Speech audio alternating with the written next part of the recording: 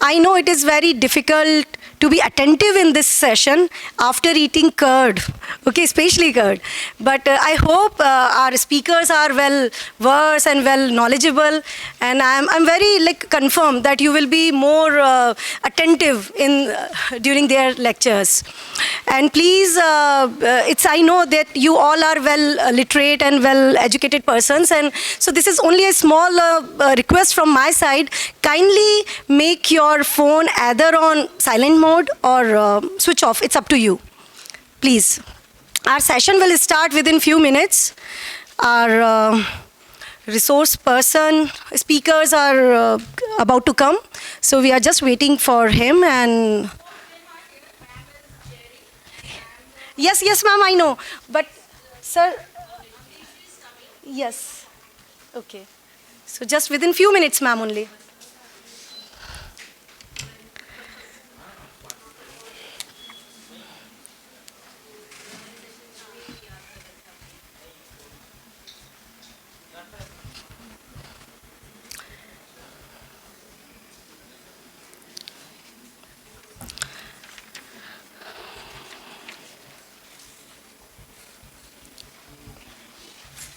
Yes. So, formally again, I welcome you all. My name is Dr. Asha Saxena, and right now our session is based on strategic leadership in pre-service teacher education. The theme focus on preparing future-ready teachers through clear vision, purposeful planning, and continuous innovation. Strategic leadership anticipate changes, strengthen school institution partnerships, leverage data for continuous improvement, and nurture reflective and ethical educator. Basically, we are shaping not just teachers, but the future of education. On this important theme, first of all, I respectfully invite our session chair, ma'am, Professor Shashi Kala Vanjari, ma'am. Kindly come on a dais, ma'am. At the same time, I request to our both speakers to please come on dais, Professor Anish Bhatnagar sir and Professor Saroj Sharma ma'am. Kindly come here. Acha, okay. So on this, please ma'am, please.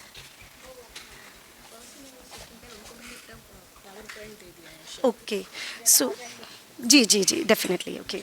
So basically on this important theme, it is my privilege to warmly welcome our session chair, Professor Shashi Kala Vanjari ma'am, Honorable Vice Chancellor of the National Institute of Educational Planning and Administration, a deemed to be university under the Ministry of Education, Government of India. Prior to this, she served as the Vice Chancellor of SNDT University, Women's University, Mumbai.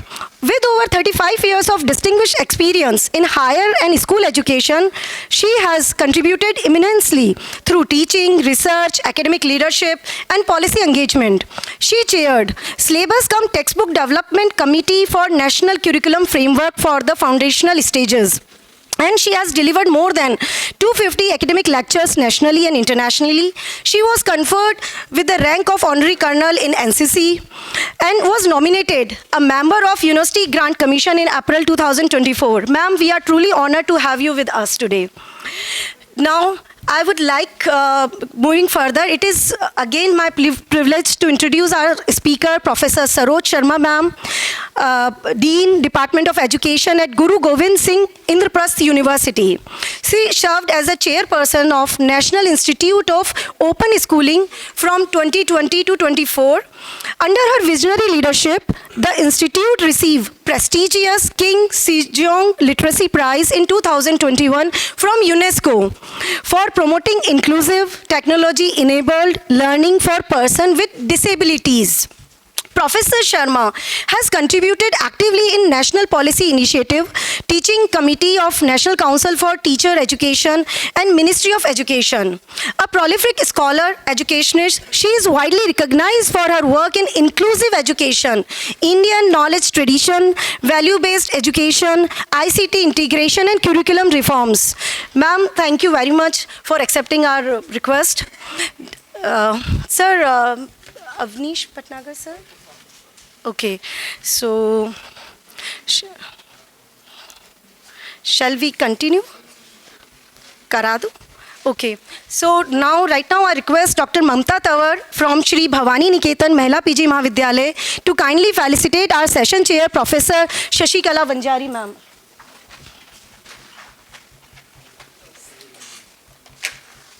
Please.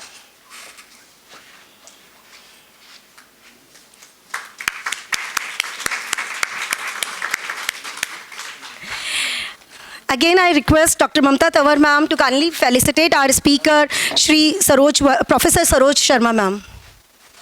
Please, beta.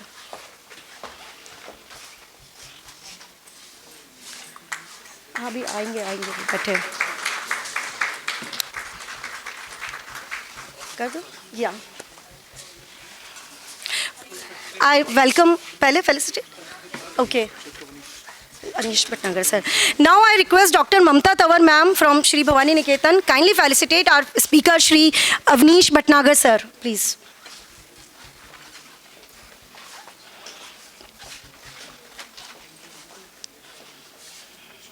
Yeah. It is my pleasure to introduce our first speaker, Dr. Shri Anish Bhatnagar, a distinguished academic and administrator with a rich multidisciplinary background holding degree in commerce, economics, Hindi and English literature, law, along with postgraduate diploma in HR management and public administration. He joined All India Services in 1984 and retired in 2023 as Joint Director from Staff Training Institute under the Government of India. He is currently serving as Akhil Bharatiya Upadhyaksh for Vidya Bharati Akhil Bharatiya Shiksha Sansthan with participation over 160 seminars, workshops and more than 200 published articles and contribution to around 80 books and journals. He has made a significant academic contribution. Thank you, sir, for being us here. Now I request our chairperson, Professor Vanjari ma'am, to kindly chair the session. Thank you, ma'am.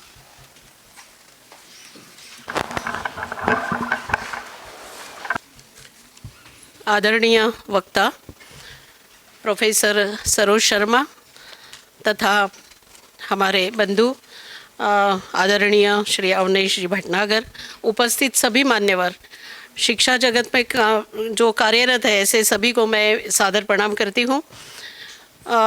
शिक्षा समागम जो हमारा एक theme है अखिल भारतीय संस्थागत नेतृत्व समागम 2026, इसका एक सुंदर आयोजन करने के लिए सभी व्यवस्था जिन्होंने की और विश्वविद्यालय के माध्यम से और विद्या भारती उच्च शिक्षण संस्थान के माध्यम से ये कार्यक्रम आयोजित है, मैं उनको बधाई देती हूँ। आप सबको बधाई देती हूँ और आपका हृदय से स्वागत करती हूँ।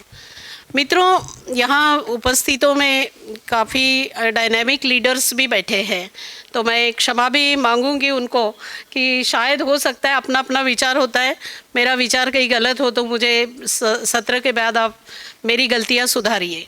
मैं केवल पार्श्वभूमि रखना चाहती हूँ कि आयोजकों ने इस विषय को क्यों रखा होगा, strategic leadership in pre teacher education.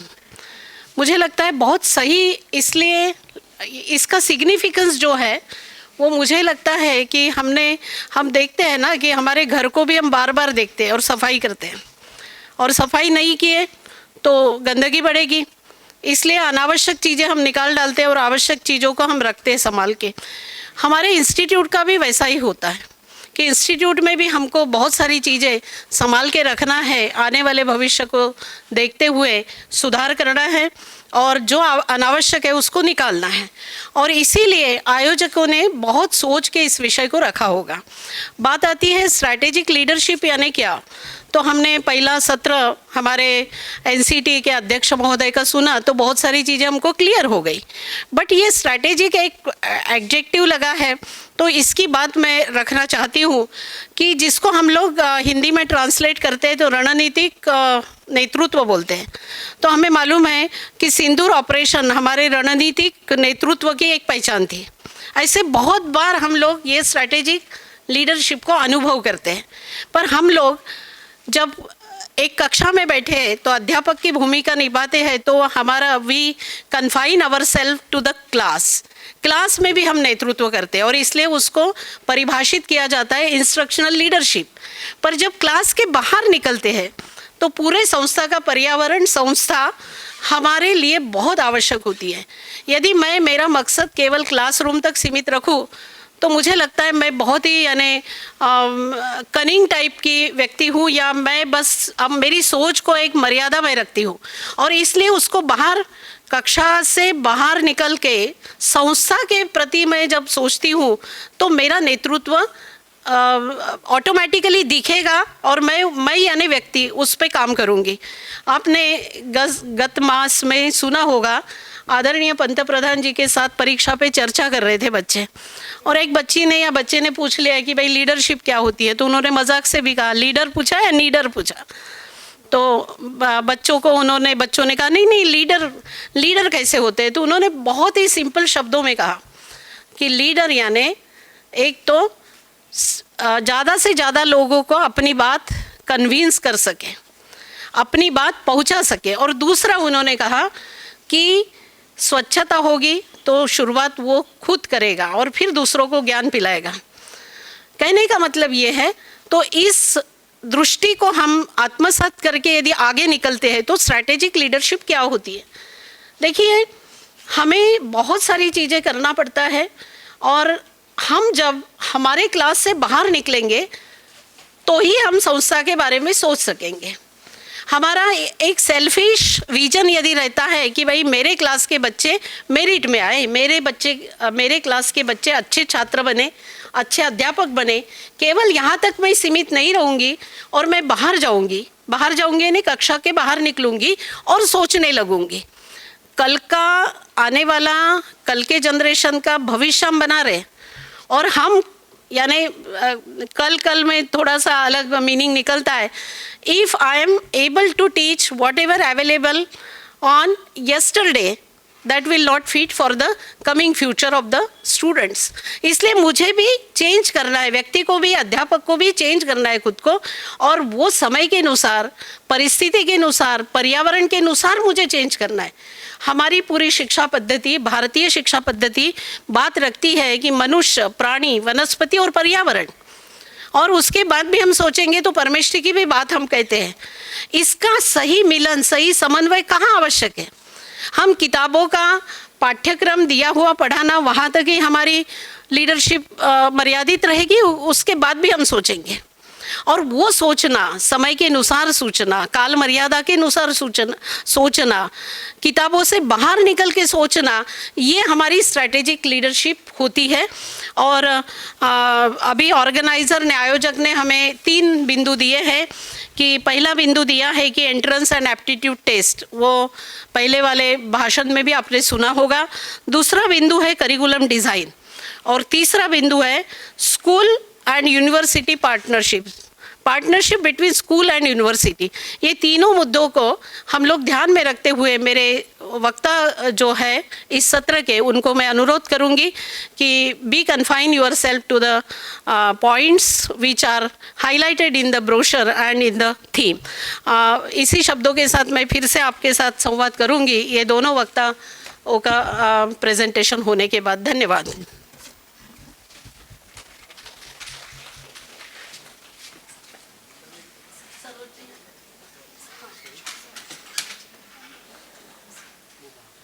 आदरणीय सरोज जी को मैं विनंती करती हूँ कि वो अपना प्रेजेंटेशन करें। वांगमयी माँ शारदा को नमन। कार्यक्रम की अध्यक्षता कर रही माननीय प्रोफेसर शशिकला वंजारी जी,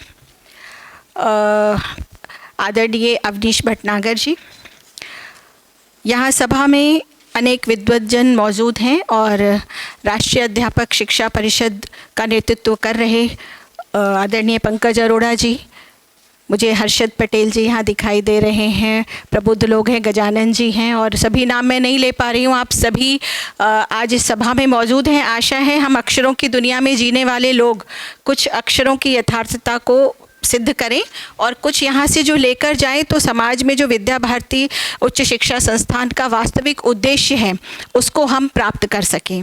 जैसा कि प्री सर्विस टीचर एजुकेशन पे आज का सत्र है, समय सीमा है, और मैंने इससे पहले एक मीटिंग हुई थी, उसमें एक केस स्टडी जैसा या अपने संस्थान के बेस्ट प्रैक्टिसेस पे एक पावर पॉइंट तैयार किया था। लेकिन आज जो सुबह चर्चा हुई और उसके बाद मैडम का भी आदेश हुआ कि करिकुलम पे आप थोड़ा सा फोकस करेंगी, क्योंकि काफ़ी चीज़ें पंकज जी ने बताया है कि कैसे हम शिक्षा को आगे दिशा दे सकते हैं, वास्तव में शिक्षा का क्या अर्थ है। तो इस पे चर्चा हुई थी। लेकिन जब बात लीडरशिप की होती है, एडमिनिस्ट्रेशन एंड लीडरशिप एक बहुत पुराना विषय है जो हम सब पढ़ाते रहे हैं, लेकिन जब वो वास्तव में हमारे कर्मों में परिलक्षित हो तो वो समाज में वास्तव रूप में दिखाई देता है। लीडरशिप पे हमारे यहाँ तो राजाओं और राज्ञियों का और सम्राटों का रहा है इतिहास, और 5000 वर्षों के इतिहास में जो समाज की जो पूरी जिम्मेदारी थी शिक्षा देना, चाहे गुरुकुलों के समय हो या उसके बाद का जो समय हो जहाँ राजा और रंक दोनों के ही बच्चे गुरुकुलों में जाते थे, और उसके बाद 52 विश्वविद्यालयों का ये देश जो था, जिसमें कुछ तो बहुत प्रसिद्ध हैं, बल्लवी है, तक्षशिला, नालंदा, आप सभी परिचित हैं। और शायद जो हमारी जो विश्व ज्ञान महाशक्ति की बात अभी जो राष्ट्रीय शिक्षा नीति कहती है, और जो उस समय हम पूरी दुनिया में थे, चाहे मेगास्थनीज की इंडिका हो या वेनसांग ने जो हमारी चीज़ें लिखी हैं, उससे जब हम आगे बढ़ते हैं तो मौर्य काल में विज्ञान के और ज्ञान के हर क्षेत्र में, जैसे मैं कहती हूँ कि 64 कलाओं और 18 विद्याओं का हमारा देश रहा है, उसमें बिना उत्तम शैक्षिक नेतृत्व के बिना तो ये संभव ही नहीं था। तो उसके बाद का जो समय आता है, और हम आज़ादी के पहले और आज़ादी की बाद की बात करते हैं, तो शिक्षक शिक्षा में एक वुड डिस्पैच हम लोग पढ़ाते हैं कि वुड डिस्पैच में सबसे पहले इंस्पेक्शंस की बात हुई कि स्कूलों का हम कैसे इंस्पेक्शन करें। जो बाद में सुपरविजन की बात की गई कि बहुत ज़्यादा ये ऑटोक्रेटिक है इंस्पेक्शन शब्द, और इसको आप सुपरविजन करिए। पश्चिम में हम जब बात करते हैं, इंडस्ट्रियल रिवोल्यूशन की बात पंकज जी कर रहे थे, और उसके बाद मैनेजमेंट इन एजुकेशन की बात चली कि हम उन इंडस्ट्रीज़ को चलाने के लिए हम कैसे मैनेजर्स लाएं। तो अभी भी मेरा है ये कहना कि जब ये शिक्षा में एजुकेशनल मैनेजमेंट लीडरशिप की जब बात आती है, तो क्या ज़रूरत है शिक्षा में लीडरशिप पढ़ाए जाने की, मैनेजमेंट की क्या ज़रूरत है पढ़ाए जाने की। जो हम मैस्लोज नीड हायरार्की हम पढ़ते हैं कि अच्छा माहौल हो, और उसके हिसाब से हम शिक्षा की बात करते हैं। 1935 में लूथर गुलिक आते हैं। मैंने जैसे बताया कि साइंटिफिक रिवोल्यूशन हुआ, industrial revolution, management education west में आया, और लूथर गुलिक जो मैनेजमेंट गुरु होते हैं, उन्होंने एक पोस्टकॉप थियरी दी कि एक लीडर को कैसा होना चाहिए, और उसके साथ डेमिंग के 14 प्रिंसिपल्स आए। पावर पॉइंट में ये नहीं है, थोड़ा सा मुझे लगा कि भूमिका देने ज़रूरी है कि मैनेजमेंट प्रिंसिपल में हमेशा एक लीडर को क्या करना चाहिए। पोस्टकॉप थियरी जो कहते हैं, उनको फादर ऑफ मैनेजमेंट भी कहा जाता है लूथर गुलिक को।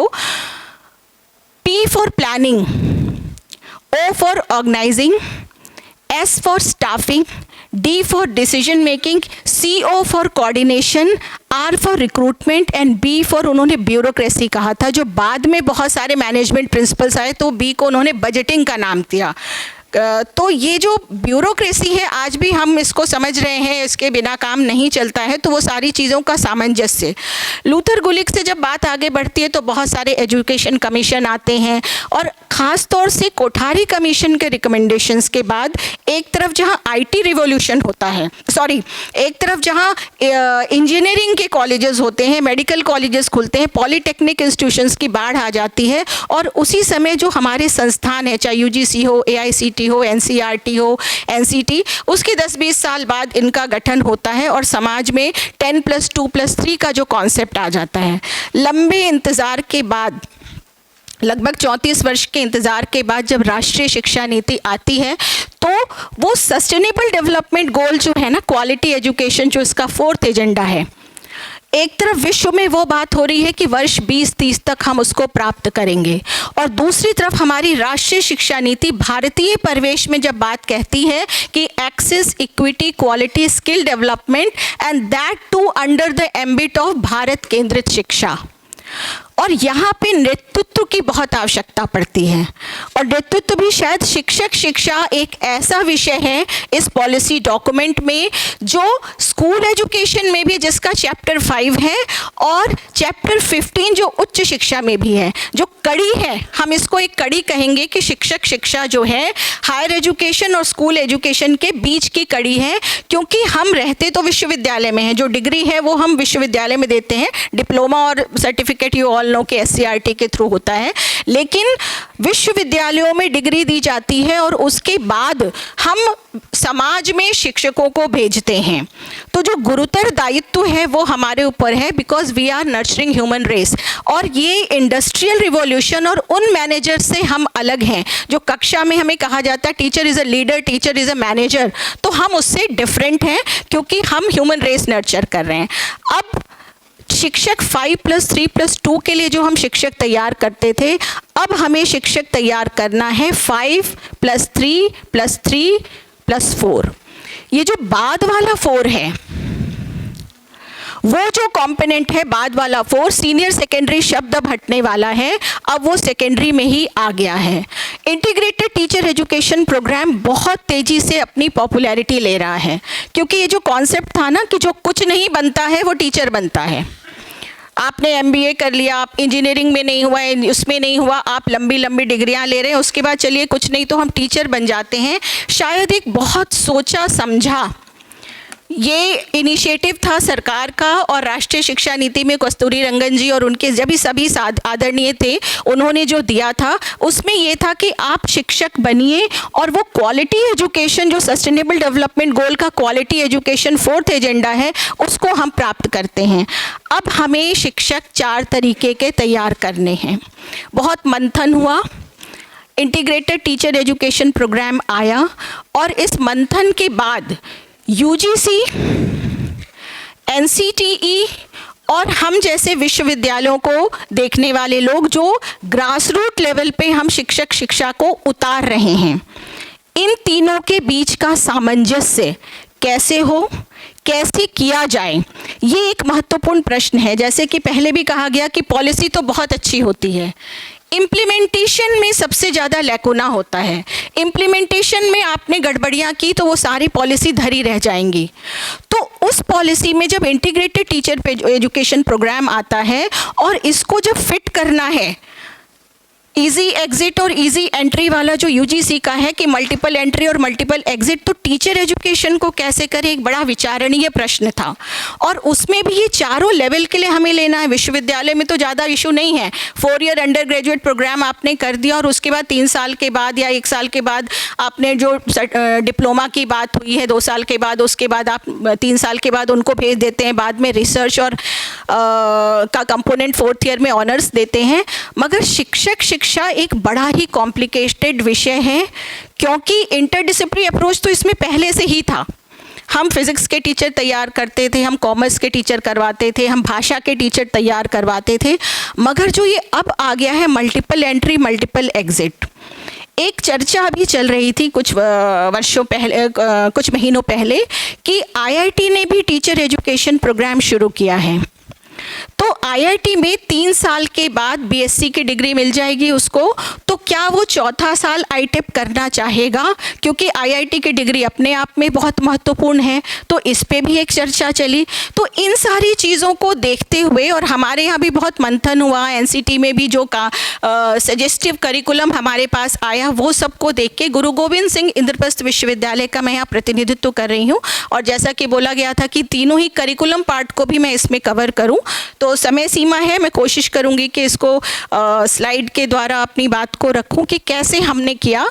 और एक जो महत्वपूर्ण बात है, थोड़ा सा कन्फ्यूजन देश के विभिन्न शिक्षा संस्थानों में था, जैसा कि चेयरमैन NCT भी कह रहे थे कि छोटे छोटे सवाल पूछे जाते हैं।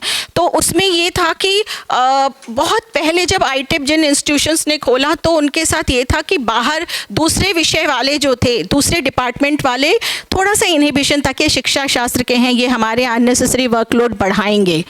हमने इसमें ये किया कि जो हमारा सब्जेक्ट कोड है, एजुकेशन कंपोनेंट, उसको तो हम जैसे हम पढ़ाते हैं, जितने क्रेडिट एनसीटी ने बोला, जितने क्रेडिट यूजीसी ने बोला, उसको हमने बिल्कुल वैसा ही रखा।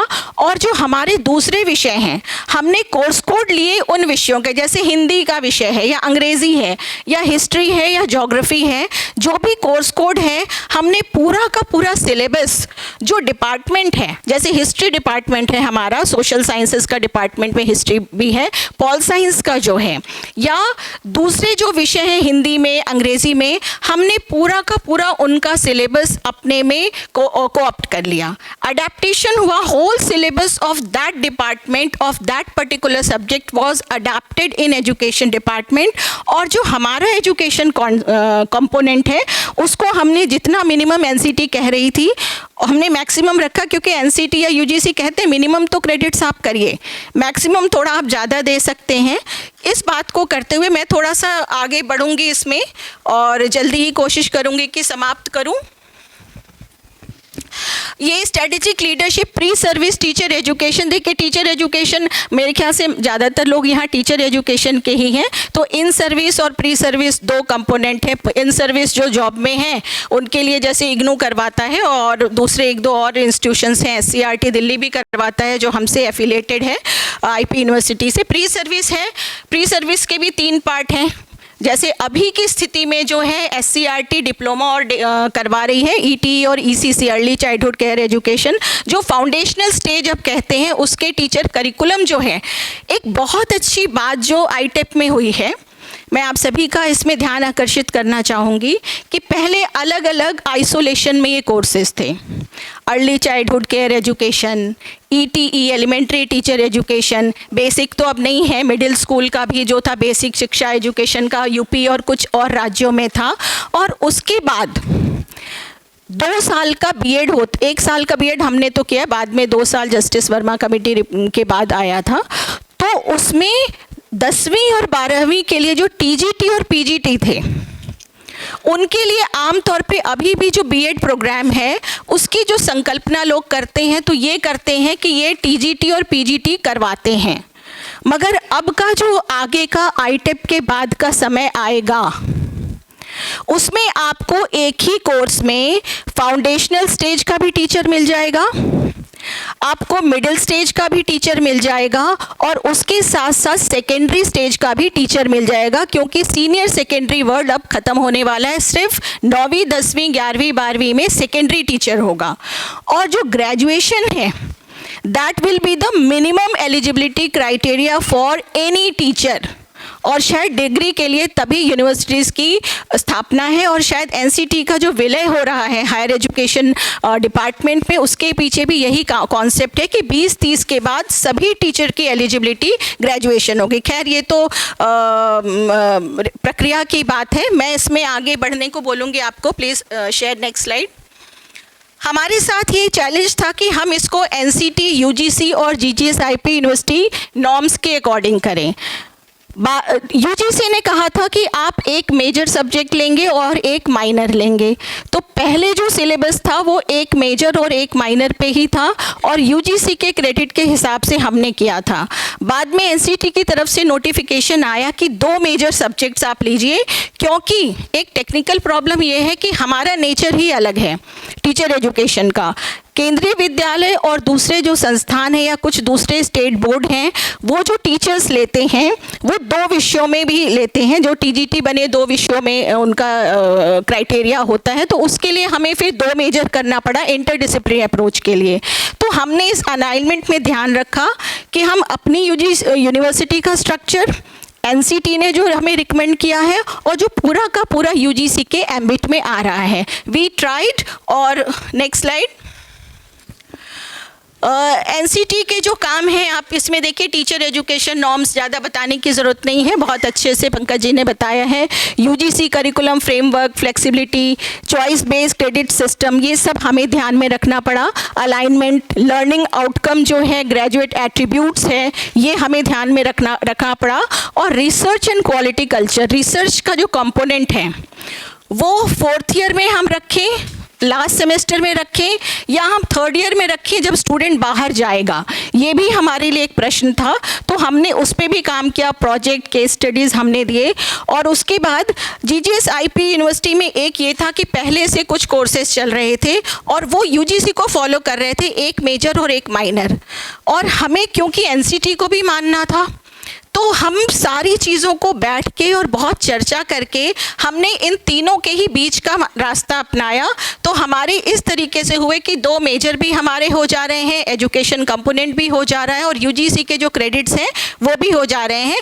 तो क्योंकि ग्रेजुएशन के बाद अगर विद्यार्थी 3 साल के बाद छोड़ देता है ITEP और दिल्ली विश्वविद्यालय, जामिया मिलिया या JNU में जाके वो PG में एडमिशन लेता है, तो उसके क्रेडिट्स में प्रॉब्लम ना हो। क्योंकि वो ये कहते हैं कि हमारा जो इंग्लिश का बच्चा है वो तो 12 क्रेडिट का करके आता है, आपका इतना कम करके आएगा, तो PG में हमारा स्टूडेंट भी और आपका स्टूडेंट भी कैसे पैरिटी रहेगी। तो ये भी एक बहुत ज्वलंत प्रश्न था। पोस्ट ग्रेजुएट में अगर वो जाता है एग्जिट करके, तो एक बड़ा पर्टिनेंट क्वेश्चन था। तो इसको सोच के हमने फिर सिलेबस बनाया। तो इसमें कहीं भी ना तो NCT, ना UGC, ना हमारी यूनिवर्सिटी का 1 मेजर एंड 1 माइनर, हमारा 2 मेजर भी पढ़ रहा है, एक तरीके से 3 मेजर हमारे स्टूडेंट का हो जा रहा है, माइनर तो है ही वो। Next slide please.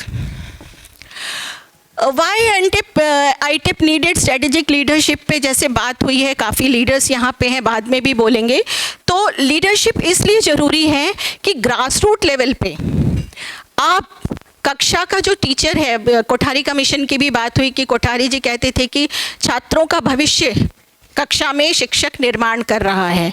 तो यहाँ पर वो शिक्षक ग्रास रूट लेवल पे उसी को जाना है, टीचिंग प्रैक्टिस के लिए उसी को जाना है।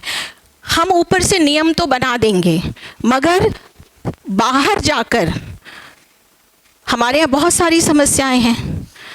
नॉन अटेंडिंग और अटेंडिंग का कॉन्सेप्ट है। कागज़ों पे संस्थाएं जो जूझ रही हैं, अभी जो एपेक्स बॉडी NCT जूझ रही है, UGC जूझ रही है, AICT जूझ रही है, कागज़ों पे संस्थान हैं, विद्यार्थी नहीं जा रहे हैं, फीस दे देते हैं। ये ओपन सीक्रेट है और ये राष्ट्रीय शिक्षा नीति के फर्स्ट ड्राफ्ट में बहुत अच्छे से इसको क्रिटिसाइज़ भी किया गया था। लेकिन अब शायद ITEP के आने से ये समस्या ख़त्म हो जाएगी, क्योंकि रिगरस उसको रहना है कक्षा में बच्चे को। और विद्यार्थी, जो बच्चा मैं कह रही हूँ वो तो शिक्षक है, प्यूपिल टीचर हम लोग शिक्षा की भाषा में कहते हैं। तो वो जब रेगुलर रहेगा तभी मल्टीपल एंट्री, मल्टीपल एग्जिट और ये जो ग्रास रूट है, और अगर नॉन क्वालिटी मेंटेनिंग ख़त्म होते हैं, जैसे राष्ट्रीय शिक्षा नीति का भी है, अगर ख़त्म होते तो होने दें। कड़ा हमें निर्णय लेना पड़ेगा, कैंसर किसी अंग में हुआ है, कुछ हुआ है तो काटना ही पड़ेगा। तो अगर इस स्थिति पे NCT चल रही है तो ये बहुत अच्छा कदम है। उसके बाद है implementation is not just curriculum design but institutional change management. आपको शिक्षक देने हैं, और जब मैं 64 कलाओं की बात करती हूँ और 18 विद्याओं की बात करती हूँ जो हमारे भारतीय ज्ञान परंपरा में है, तो उन सभी स्किल की मैं हमेशा कहती हूँ कि हमारी सरस्वती माँ है, उनके एक हाथ में वीणा है और एक हाथ में पुस्तक है, तो वो तो उस स्किल में भी माहिर हैं। उनको सिर्फ किताबी ज्ञान हमें नहीं देना है।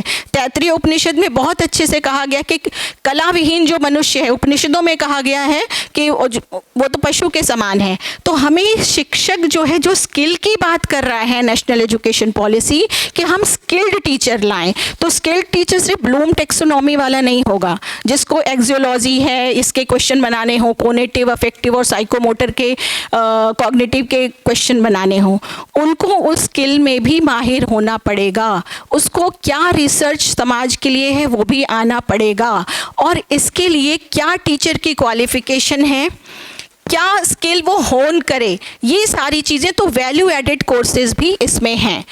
नेक्स्ट स्लाइड आप जल्दी जल्दी कर दीजिए, तो मैं फिर अपना स्ट्रक्चर दिखाऊंगी कि हमने वैल्यू एडेड कोर्सेज कौन से लिए हैं।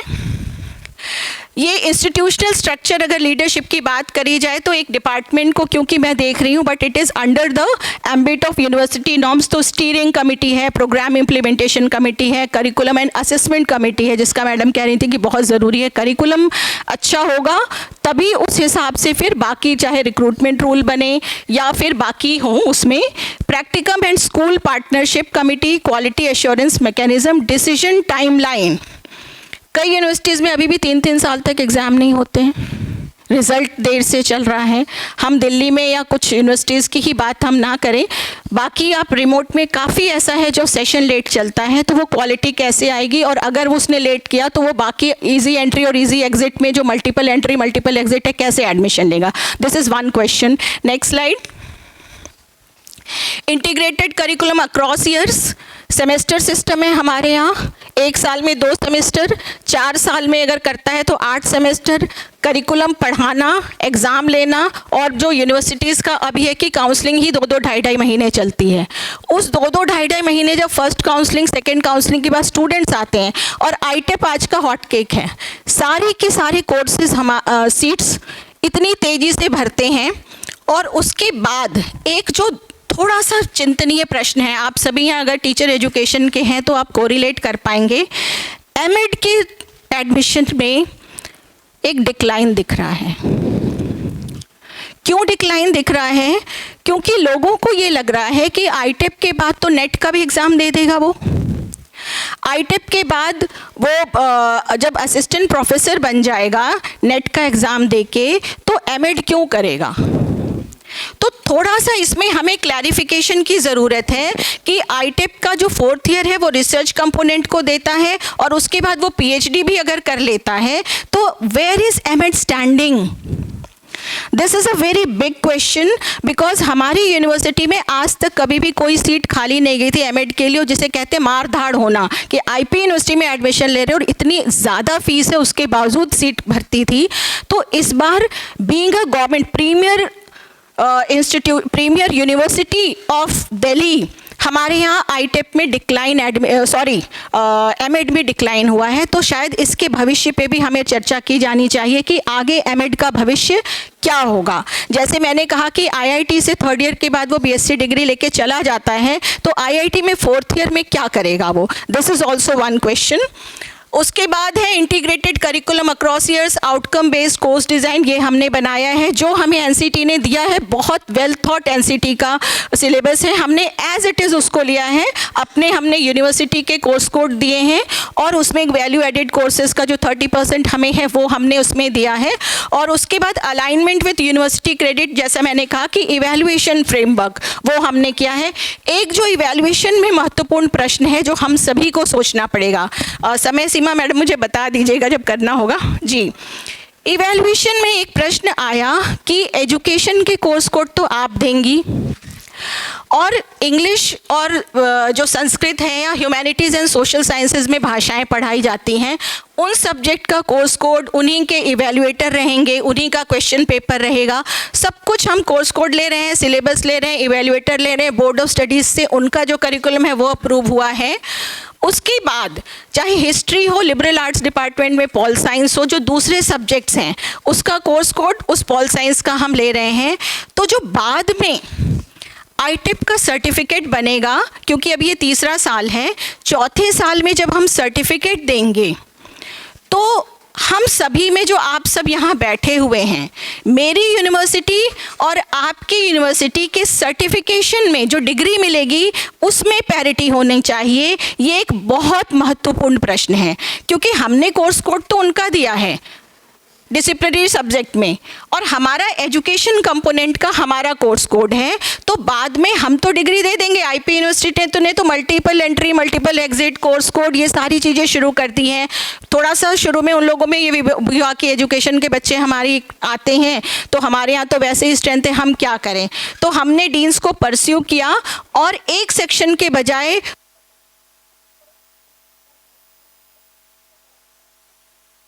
इस चीज़ को समझा, और वो बहुत खुश हुए। वो जैसे हिस्ट्री डिपार्टमेंट है वो 3 सेक्शन चलाने लगा, इंग्लिश डिपार्टमेंट 2 सेक्शन चलाने लगा, क्योंकि उनके भी स्टूडेंट थे और हमारे भी थे। तो ये उन्होंने, I am thankful to them, और शायद सारे यूनिवर्सिटीज़ में अगर ये होने लगे कि वो ये ना हो। दूसरा, जब लगा कि बहुत ज़्यादा आ गए हैं किसी विषय में, जैसे इंग्लिश की बहुत डिमांड रहती है, तो फिर हमने कैपिंग किया कि ठीक है, हम एडमिशन ब्रोशर में हमने कहा, क्योंकि हमारे पास टीचर की भी अभी समस्या थी कि इतने से टीचर अभी हम नहीं ले पाए थे, तो हमने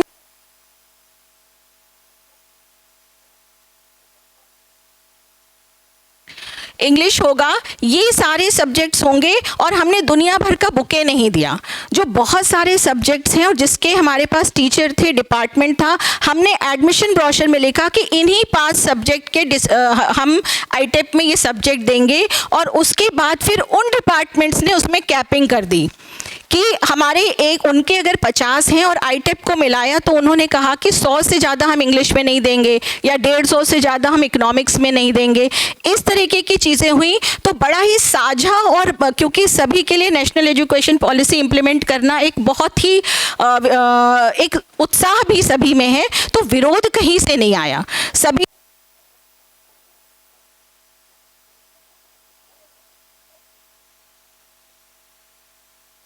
यहाँ से प्रॉब्लम नहीं है।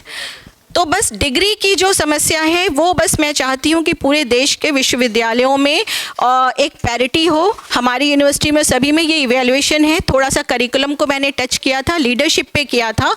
अब जो बात है व्हाट नेक्स्ट, व्हाट नेक्स्ट में एक महत्वपूर्ण प्रश्न आता है 5+3+3+4। तो फाउंडेशनल स्टेज में थोड़ा सा मुझे लगता है कि एनसीटी को भी क्लियर करना चाहिए कि एससीईआरटी डिप्लोमा और डिग्री में, डिप्लोमा और सर्टिफिकेट में क्या स्टैंड ले रही है, एमएड में क्या स्टैंड ले रही है, इवैल्यूएशन का सर्टिफिकेट क्या होगा, मल्टीपल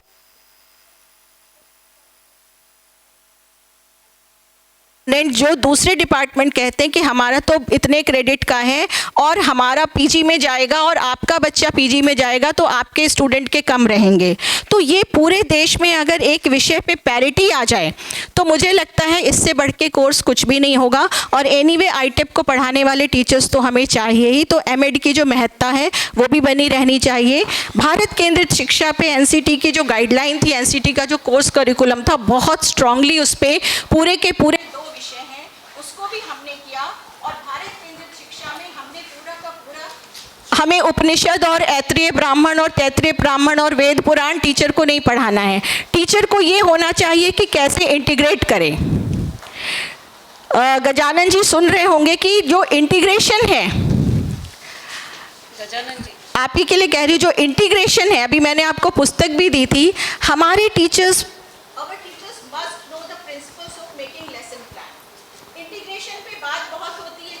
पढ़ाएं। और आमतौर पे विरोध कहाँ हो जाता है कि हम वेद पुराण क्या करेंगे पढ़ के। Teacher must know. मैं हमेशा कहती हूँ कि कक्षा में अगर वो हरक्यूलियन टास्क बोले, आप में से मुझे बताइए कितने लोग जानते हैं हु वाज हरक्यूलिस? जो साहित्य के हैं वो फिर भी बता देंगे। Nobody knows what is who was Hercules, but we often से ये तो हरक्यूलियन टास्क है। आप बोलिए ना कि भागीरथ प्रयास है। जब आप बोलेंगे भागीरथ प्रयास तो भारत का जो मूल्य है, भारत का जो इतिहास है कि कैसे गंगा वहाँ से आके गंगा सागर में मिलती है गंगोत्री से, तो पूरा इतिहास, भूगोल, और जो राजा का होता है ना, महर्षि सगर के 60,000 पुत्र, जो प्रजा थी कैसे जीवित हुई अकाल के बाद, ये सारा का सारा मूल्य ये भारतीय ज्ञान परंपरा में अगर उदाहरणों के द्वारा करेगा तो ये एक सही मायने में integration of Indian knowledge system होगा, भारतीय ज्ञान परंपरा होगी। तो मुझे लगता है इस तरीके के हम लेसन प्लान बनाएं।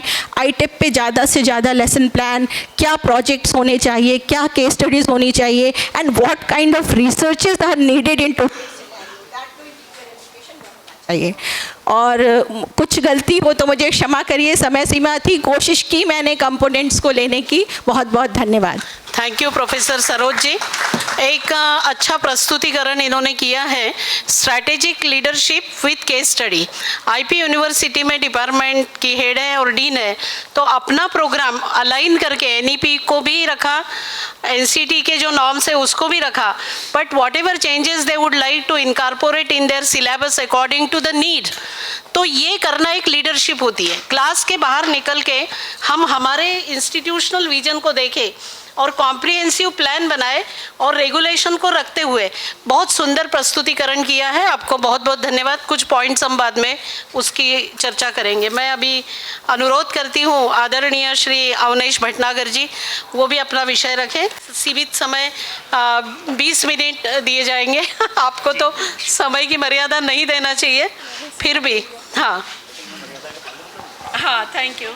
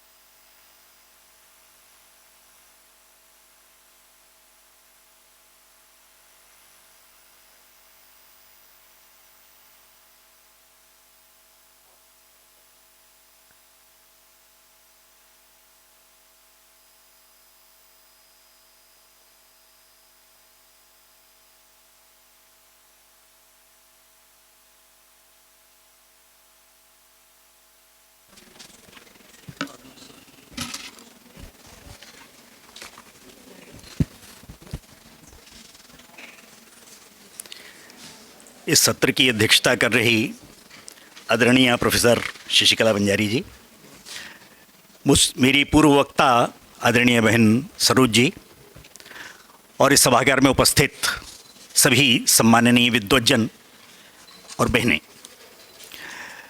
समय की मर्यादा पहले रख दी है, उस 20 मिनट में से कुछ मिनट अपना धर्म पूरा करने में माइक ने भी लिए हैं। समय सीमा में केवल 5-6 बातें ही मैं सूत्र रूप में आपके सामने रखने का प्रयास करूंगा। 3 विषयों की चर्चा आदरणीय अध्यक्ष महोदय ने कहा और वो हमारे सामने भी थीम के रूप में है। Entrance and aptitude, curriculum design और तीसरा है स्कूल यूनिवर्सिटी पार्टनरशिप। एंट्रेंस को लेकर पहले से चली आ रही परंपराएं हैं और उस पर मुझे लगता है कि आदरणीय डॉक्टर पंकज अरोड़ा जी के और सरोज जी के बोलने के बाद बहुत कुछ कहने की आवश्यकता मुझको नहीं रहती। कुरिकुलम डिज़ाइन पर कुछ बातें बड़े विशेष रूप से आप दोनों ही अनुभवी विदुषी और विद्वान वक्ताओं ने रखा है। स्कूल यूनिवर्सिटी पार्टनरशिप में मैं केवल एक चीज़ जोड़ने का निवेदन करता हूँ। स्कूल यूनिवर्सिटी पार्टनरशिप को लेकर आदरणीय सरोज जी ने एक बात कही, डिग्री यूनिवर्सिटी देती है लेकिन जो डिग्री प्राप्त करते हैं वो स्कूल में टीचिंग करने जाते हैं और इसलिए उनके बीच में लिंकेज ठीक हो। ये सारी समस्या की चर्चा खूब हो गई है। लास्ट रिजॉर्ट है टीचर बनना। मैं सिविल सर्विसेज में नहीं आ पाया, स्टेट सर्विसेज में नहीं गया, बैंक में पोस्ट ऑफिस में भी नहीं जा पाया, रेलवेज में नहीं गया, तो फिर अल्टीमेटली टीचर बन जाता हूँ। तो अंतिम उपाय यदि उनके सामने करियर का यह टीचिंग ही है तो उनसे कोई बहुत अच्छी क्वालिटी की उम्मीद नहीं की जा सकती। इसलिए इस मामले में अपने को विचार करने की आवश्यकता है। टीचिंग का एप्टीट्यूड यदि नहीं है तो केवल हम कोई कोर्स पास कराकर वो 1 साल का फिर 2 साल का और 4 साल का एटेप करने के बाद भी वो सक्सेसफुल सार्थक रूप से टीचर बन सकेंगे, इस पर विचार करने की आवश्यकता है। 4 साल वाला सोच कर यही निर्णय किया गया कि जो टीचर बनना चाहेंगे, टीचिंग को as profession as a career अपनाना चाहेंगे, वही उस दिशा में जाएंगे। इसलिए उसके बारे में अपने को और कैसे इंटेंसीफाई किया जाए उस प्रयास को, इसका विचार करने की आवश्यकता है। एक छोटा सा विनम्र सुझाव इसमें मैं जोड़ता हूँ। स्कूल यूनिवर्सिटी पार्टनरशिप की बात तो हुई, लेकिन यूनिवर्सिटी सोसाइटी पार्टनरशिप की बात को ज़रा और इसमें जोड़ दिया जाना चाहिए, क्योंकि अल्टीमेटली हमारे ये शिक्षक जाते समाज में हैं लेकिन समाज से उनका संबंध संपर्क न विद्यार्थी जीवन में आता और न ही बड़े होने के बाद, यानी जब वो टीचर बनकर जाते हैं तब भी वो समाज की आवश्यकताओं को नहीं समझते और इसलिए वो केवल सिलेबस कवर करते हैं और सिलेबस तो कवर हो जाता है लेकिन उसमें से डिस्कवर कुछ नहीं हो पाता। तो हमको शायद इस दिशा में थोड़ा अधिक विचार करने की आवश्यकता है।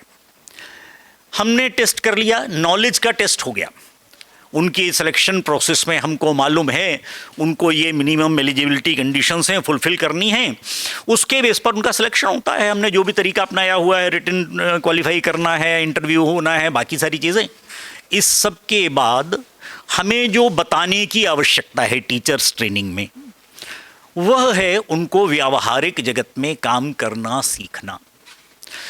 यूनिवर्सिटी एजुकेशन के लिए इस प्रकार की कोई एजुकेशन की डिग्री बीएड या एमएड होने का कंपल्शन नहीं है। एमफिल करना, पीएचडी करना, नेट क्वालिफाई करना आदि आदि जो सारी प्रक्रिया है हम सब लोग परिचित हैं उससे, हम सब लोग उसी से निकल कर आए हुए भी हैं।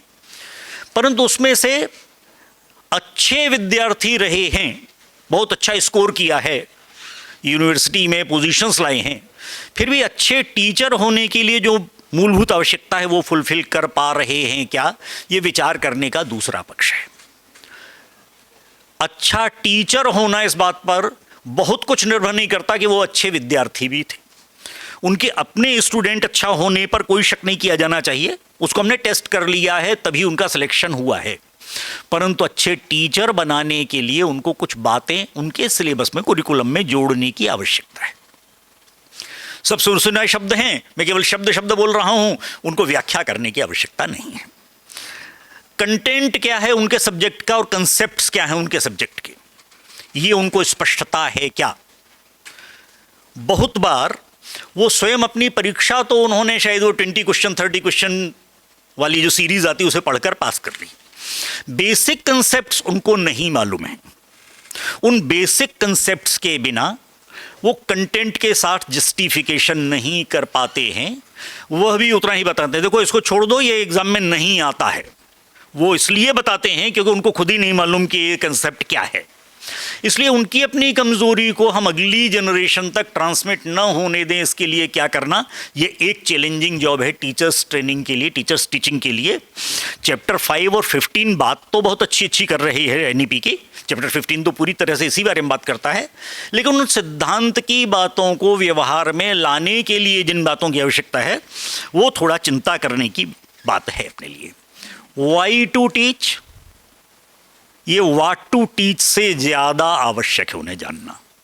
व्हाट टू टीच तो मालूम है क्योंकि सिलेबस है, टाइम टेबल है, व्हाट टू टीच पता लग जाता है। वाई टू टीच इट, उसका कंसेप्ट क्या, उसकी आवश्यकता क्या, उसका उनके जीवन में व्यवहार में उपयोग क्या आने वाला है, यह बताने का कोई तरीका उनके पास नहीं होता। और हाउ टू टीच, इसको लेकर बीएड में तो हम सिखाते हैं, टीचिंग मेथड्स सिखाते हैं, टीचिंग टेक्नोलॉजीज सिखाते हैं, पेडागॉजी की सारी चर्चा होती है, लेकिन अन्य विषयों के अच्छे स्टूडेंट्स भी इन सब बातों से अनभिज्ञ रहने के कारण हाउ टू टीच इट, उन्हें लर्निंग ऑब्जेक्टिव्स और लर्निंग आउटकम्स, एनईपी के शब्द में उपयोग कर रहा हूं, के बारे में पता नहीं होता। तो why to teach, learning objective नहीं मालूम है तो लर्निंग आउटकम में उसे ट्रांसलेट करने का उनका प्रयास कैसे होने वाला है। तो जो मैंने कहा कि सिलेबस उनके पास है, they just cover the syllabus, लेकिन प्रॉब्लम वही है कि उससे कुछ डिस्कवर फिर नहीं होता है। सिलेबस पूरा करके, और मैं आमतौर पर उसको हंसी में कहता हूँ टीचर्स के बीच में कि कोई सुबह सुबह गेस्ट आ जाए, हम सो ही रहे होते हैं, बिस्तर अस्त व्यस्त पड़े हैं और किसी ने डोरबेल बजाई, तो हम सबसे पहले उठ के काम ये करते हैं कि उनको बैठाते हैं और जो बिस्तर कपड़े लत्ते बिखरे हुए थे उनको एक जगह इकट्ठा करके उनके ऊपर एक बेडशीट डाल देते हैं। वी कवर इट, हम सिलेबस भी कवर कर देते हैं उसके अंदर, तो डिस्कवर नहीं हो रहा है। इसलिए ये कवर करने की परंपरा से कैसे हमारे शिक्षक बाहर आए, इस पर विचार करने की बात। फिर लर्निंग मेथड्स, लर्निंग स्ट्रेटजीज क्या होंगी, एरिया ऑफ इंटीग्रेशन की बात आई। ये एरिया ऑफ इंटीग्रेशन कैसे होगा, multi disciplinary, interdisciplinary, transdisciplinary approach की चर्चा जानते हैं। हाउ टू इंटीग्रेट इट, उनके अपने सब्जेक्ट में म्यूजिक के साथ फिजिक्स का क्या संबंध हो सकता है, किसी लैंग्वेज के साथ ज्योग्राफी का या हिस्ट्री का या पॉलिटिकल साइंस या सोशियोलॉजी का क्या संबंध हो सकता है, इसके बारे में वो अपना अपना सब्जेक्ट, अपना अपना कुरिकुलम जानते हैं। उनको इंटीग्रेट करने का उनको ध्यान में नहीं है। एनईपी तो स्पोर्ट्स इंटीग्रेशन की बात करती है, गेम्स इंटीग्रेशन की बात करती है, म्यूजिक और आर्ट्स के इंटीग्रेशन की बात करती है। ये कैसे किया जाए, और आमतौर पर ऐसा मान लिया जाता है ये तो सब केवल स्कूल एजुकेशन के विषय हैं। Ultimately these people who are going to take the degrees of B.Ed or M.Ed, they are going to teach the students in the schools only. उनको कैसे art integration, music integration, games integration करके कैसे सिखा सकते हैं, उनके subject को कैसे पक्का कर सकते हैं, ये कैसे होगा। लर्निंग के लिए मटेरियल क्या यूज़ कर सकते हैं, जो टेस्ट ट्यूब मालूम है उनको, लेबोरेटरी वाले सब्जेक्ट्स मालूम है, लेकिन सोशल साइंसेज में, लैंग्वेजेस में भी इस तरह के कुछ प्रैक्टिकल डेमो हो सकते हैं, ये उनको नहीं मालूम है। उसको कैसे बताया जाए, क्लासरूम मैनेजमेंट कैसा होना चाहिए। दे गो टू द क्लासरूम, जैसे स्टार्ट स्पीकिंग, वो उन्होंने वीडियो है, पीपीटी है, उसको डिस्प्ले करना शुरू किया। जितना तैयार करके आए थे उतना उन्होंने वहाँ पर 35 मिनट्स में पूरा कर दिया। बिल्कुल वैसे ही जैसे दूध वाला दरवाजे पर आकर घंटी बजाता है। हमने बर्तन सामने किया और उसने पूछा कितना, हमने इशारे से कहा 1 लीटर, उसने 1 लीटर तो पलट दिया। अब वो बर्तन हमारे पास आधा लीटर का था तो भी इशारा 1 लीटर का, तो 1 लीटर मुझे भी मालूम है 35-40 मिनट्स में मुझे 1 लीटर ही पलट कर जाना है। तो टीचर को ये कैसे पता लगे कि सामने बैठे हुए जो क्लास है वो केवल 35-40 स्टूडेंट्स नहीं हैं, 35-40 की क्लास नहीं, क्लास ऑफ 35-40 स्टूडेंट्स, उन तक कैसे वो अपना सब्जेक्ट कम्युनिकेट कर पा रहा, हाउ टू डिलीवर इट, केवल इतना बताने से 1 लीटर पूरा पलट देना है उससे नहीं होगा। तो उनको ये कैसे मेथोडोलॉजी अपनानी, स्टूडेंट्स एंगेजमेंट कैसे रखना, क्लासरूम मैनेजमेंट कैसा करना, ये बताने की आवश्यकता है, जो कि हमारे सिलेबस में आम तौर पर कवर नहीं हो रहा है। मैं भी इतने वर्षों से इसी काम में लगा हुआ हूँ। आप सब लोग टीचर एजुकेशन से जुड़े हुए हैं, मैंने भी एक ज़माने में BEd किया था, और आज आप सब लोगों के बीच में अगर मैं बात रख रहा हूं तो ये मेरा क्लासरूम टीचिंग का एक्सपीरियंस नहीं, बहुत सारे टीचर्स से बातचीत करने से निकलने वाले एक्सपीरियंसेस की बात ही मैं केवल आपके सामने निवेदन करने का साहस कर रहा हूं। एक बात, यह ट्रेनिंग का प्रोग्राम तो हमने डिसाइड कर लिया, ये कुरिकुलम होगा, इसके आधार पर ये चीज़ें हम उनको सिखाएंगे। रिफ्लेक्टिव प्रैक्टिशनर कैसे बने, ट्रेनिंग में हम सिखाते हैं। रिफ्लेक्शन में वे स्वयं अपने आप को इम्प्रूव करने की कोशिश करते हैं। In the entire system which is prevalent in the BEd and MAd courses, हम रिफ्लेक्शन के बारे में सामान्यतः उनको नहीं बताते। भाई अपने आप को आप एग्जामिन करो, सेल्फ एनालिसिस करो, अपनी कमियां समझो, उनको स्वीकार करो, उनको इम्प्रूव करने की कोशिश करो। इसके बारे में आम तौर पर हम अपने सिलेबस में कोई स्थान नहीं देते। जिंदगी भर वो हमारे पास नहीं आएंगे। एक बार उन्होंने हमारा 1 साल 2 साल 4 साल जो भी है कोर्स कंप्लीट किया, बाद में शायद कभी वो किसी रिफ्रेशर कोर्स में जाएंगे, लेकिन तब ज़रूरी नहीं कि वो ये सारी बातें उनके सामने आने वाली हैं। ऐसी पोजीशन में वे अपने आप को इम्प्रूव कैसे करें। एक्शन रिसर्च, ये self improvement of the teacher के लिए एक अच्छा उपाय हो सकता है। अपनी डे टू डे एक्टिविटीज़ में कौन सी प्रॉब्लम्स को फेस करते हैं स्टूडेंट्स से रिलेटेड, सिलेबस से रिलेटेड, इसको लेकर वो कुछ प्रयोग कर पाते हैं, क्या कर सकते हैं, क्या, ये सिखाने की परंपरा, ये अपने को कहीं इसमें जोड़ने की आवश्यकता है। शिक्षक समाज से आते हैं, बोर्न टीचर्स नहीं होते, और हम भी बताते हैं कि हमारे इस कोर्स को पास करने के बाद आप टीचर बन जाएंगे। टीचर का प्रोफेशन या टीचर का कैरियर तो प्राप्त हो जाता है, परंतु टीचर का एप्टीट्यूड लाने के लिए हम उनको कैसे धीरे धीरे इस दिशा में प्रेरणा दे सकते हैं, क्योंकि उन्होंने जो अपनाया है एक बहुत परसेंटेज ऐसा कम है जो कि as career by choice teacher बनना चाहते हैं। तो फिर ऐसे लोग जो बनना तो कुछ और चाहते थे लेकिन मजबूरी में टीचर बन गए, तो फिर उनको कैसे टीचर के रूप में ढाला जाए, कैसे उनको ठीक किया जाए, इस पर ज़रा विचार करने के लिए, तो उसके लिए कौन से प्रोग्राम्स या कौन सी एक्टिविटीज़ उनके लिए विशेष रूप से करने की आवश्यकता होगी, ये भी विचार करने की बात है। क्योंकि जो आते हैं वो इंडिविजुअल साइकोलॉजिकल बैकग्राउंड के अलग अलग प्रकार के लोग होते हैं, सबके डिफरेंसेस हैं, उनके सोशल बैकग्राउंड्स अलग हैं, उनका जिस पारिवारिक स्थिति से आते हैं, जैसा उनकी ब्रिंगिंग अप हुई है वो डिफरेंट है, और इस सब के बीच में से कुछ कॉमन बातों को लेकर हम टीचर्स ट्रेनिंग प्रोग्राम्स में, क्षमा करेंगे आप सब शिक्षाविद बैठे हुए हैं, मैं एक गंदे शब्द वाला उदाहरण देता हूँ। टीचर्स ट्रेनिंग प्रोग्राम्स पूरे देश में अब तक मुझे लगता है कि शायद 1,000 जगहों पर मुझे जाना हुआ है, ये बाटा और लिबर्टी टाइप प्रोग्राम्स हैं। मैंने कहा गंदे शब्द उपयोग कर रहा हूँ। बाटा लिबर्टी माने मुझे एक पेयर ऑफ शूज़ खरीदना है, मैं किसी बाटा या लिबर्टी या किसी भी लोकल दुकान में जाता हूँ और उसको बताता हूँ, और वो मुझको नंबर पूछते हैं, दिखाते हैं, मैं कलर डिज़ाइन पसंद करता हूँ, रेट फाइनल करता हूँ, पेमेंट करता हूँ, पहन कर या पैक करा के लेकर आता हूँ। लेकिन सोचिए, ये तो नॉर्मल केस हुआ। मेरा एक पैर छोटा है, एक पैर बड़ा है, एक पैर में 9 नंबर आता है, एक पैर में 8 नंबर आता है, एक पैर सीधा पड़ता है, एक पैर थोड़ा टेढ़ा पड़ता है। कौन सा बाटा लिबर्टी या कौन सा मेरा घनिष्ठ मित्र भी अगर शू की दुकान चला रहा होगा तो मुझे एक 8 नंबर जूता और एक 9 नंबर जूता देगा? 2 पेयर वो अपने बर्बाद नहीं करेगा मेरे लिए। इसलिए inbuilt system of teachers development क्या हो सकता है, इन 2 साल 4 साल के बाद भी वह टीचर के रूप में धीरे धीरे मैच्योर होता जाए, परिपक्व होता जाए और अच्छा टीचर बने। इसके लिए क्या करना, इस पर मुझे लगता है कि अपने कुरिकुलम में कुछ बातों का विचार करना चाहिए। उसको रिफ्लेक्शन का एक हिस्सा मान सकते हैं, लेकिन अल्टीमेटली उनको इस प्रकार से डेवलप करने के लिए क्या करना, ये एक विचार करने की आवश्यकता है। क्रॉस कटिंग थीम्स की बात, जो 25 फोकस एरियाज़ की बात है एनईपी में, उनमें जो pedagogical areas, other relevant areas और बीच का जो ग्रुप है जिसमें 5 सब्जेक्ट्स, 5 टॉपिक्स दिए गए हैं फोकस एरियाज में, value education, gender education, inclusivity in education, educational technology और नॉलेज ऑफ इंडिया, ये जो 5 क्रॉस कटिंग एरियाज कहे गए, इनको लेकर हमारे सिलेबस में, हमारे कुरिकुलम में कहीं ये बताने की व्यवस्था नहीं है। मैं मैथमेटिक्स पढ़ा रहा हूँ तो वैल्यू एजुकेशन का क्या संबंध है उससे, मैं कैसे सिखाऊं? क्रॉस कटिंग थीम्स जो हैं, क्रॉस कटिंग एरियाज, उनके बारे में तो ऐसा कहा गया जिनके लिए कोई कुरिकुलम फ्रेमवर्क नहीं होगा, कोई सिलेबस नहीं होगा, कोई टेक्स्ट बुक नहीं होगी, कोई टीचर नहीं होगा, टाइम टेबल में कोई पीरियड उनको अलर्ट नहीं किया जाएगा, तो फिर कैसे होगा? हम तो इसी सिस्टम से निकले हुए हैं।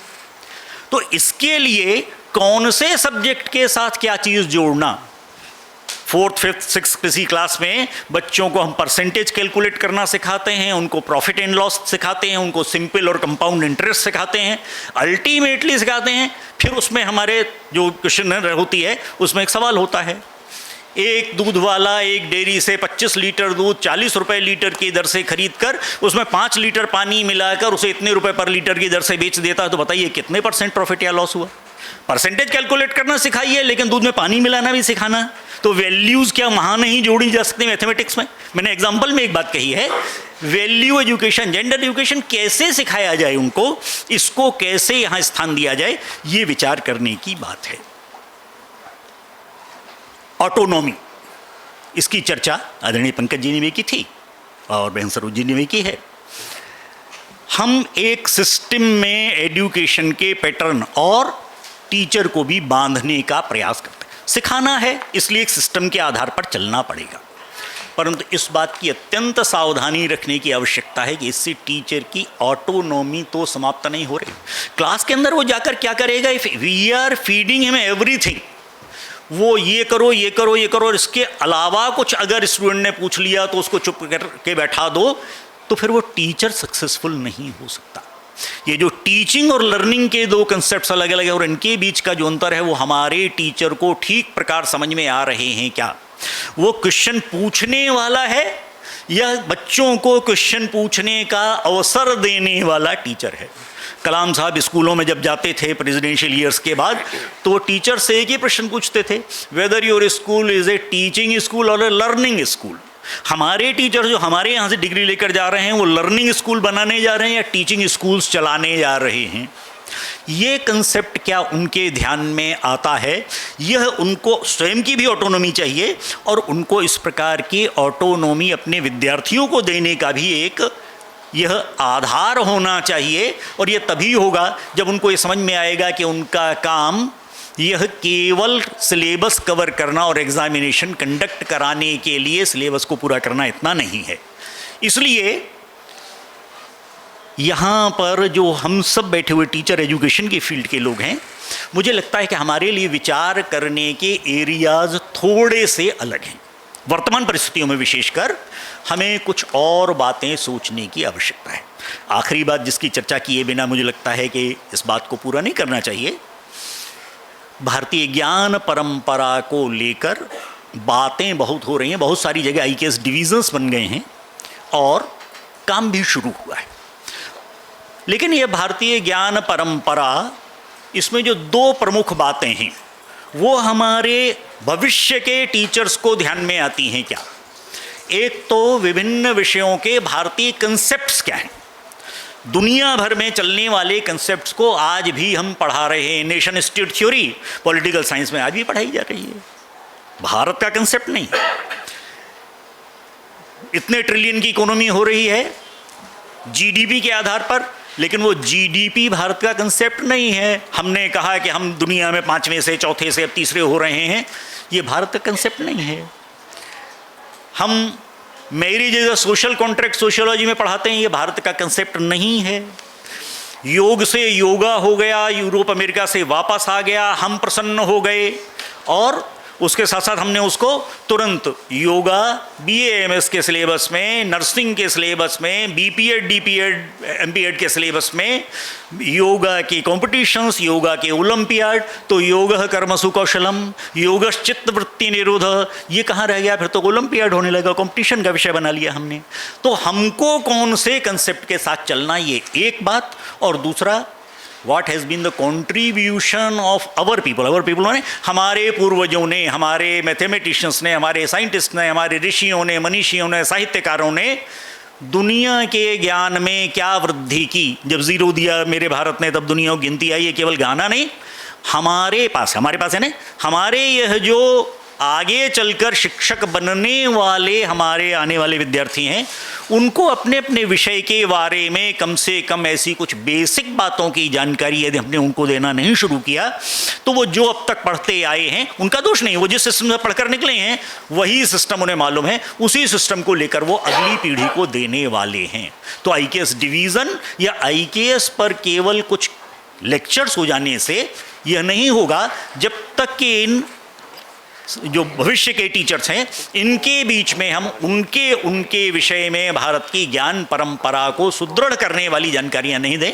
मुझे लगता है कुरिकुलम के बारे में इतनी बातें, और मैंने समय सीमा में पूरा करने का प्रयास किया है। सभी को नमस्कार।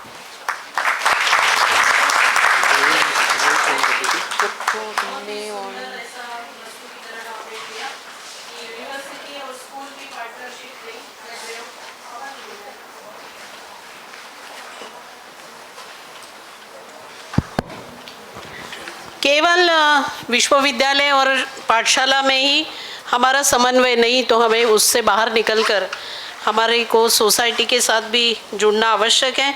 समाज की आवश्यकता क्या है उसको समझना बहुत आवश्यक है। यहाँ से शुरुआत करके उन्होंने अंतिम चरण में जो बात रखी है वो बहुत ही महत्वपूर्ण है। भारतीय ज्ञान परंपरा की बात उन्होंने रखी, उसमें उन्होंने कहा कि भविष्य के टीचर को क्या ध्यान में रखना है, और हमें हमारा भारतीय ज्ञान यदि मालूम है और नहीं मालूम है तो उसके स्रोत भी उपलब्ध है, उसको लेकर हम हमारे समृद्ध समाज में भारतीयता लाने के लिए प्रयास करें। और हमारे पूर्वजों ने, फोर फादर्स ने जो कंट्रीब्यूशन किया है भारत के लिए, वो दुनिया को दिखाए, इस बात को रखते हुए उन्होंने अपने शब्दों को विराम दिया। मैं बालिया जी ने मुझे बताया है कि 2-3 क्वेश्चन भी हम ले लें, तो मैं अनुरोध करूंगी आपको कि कुछ क्वेश्चंस होंगे तो आप दीजिए, उसके बाद मैं इसका समालोचन करूंगी। 2 या 3 क्वेश्चंस हम, प्लीज़ कम फॉरवर्ड। हाँ,